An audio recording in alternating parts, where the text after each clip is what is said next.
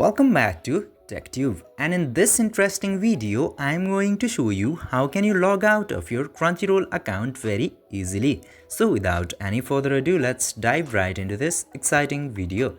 Now, in order to log out of your Crunchyroll account, you just simply have to open the application of Crunchyroll at first. And now, after opening the Crunchyroll application, it will open this homepage for you. Now into here, if you have already logged in your account and want to log out, just simply click to this account section at the bottom right corner. And from there, you will find a lot of options. Now, you just simply have to ignore all of this and scroll down to all the way bottom, and you will find this option to log out.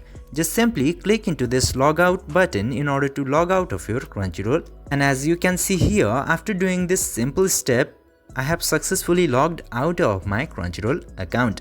You can also do the same in order to log out of your Crunchyroll account. I hope this video was helpful for you. If yes, don't forget to like, share and subscribe to the channel to never miss another update. Thank you for watching the video.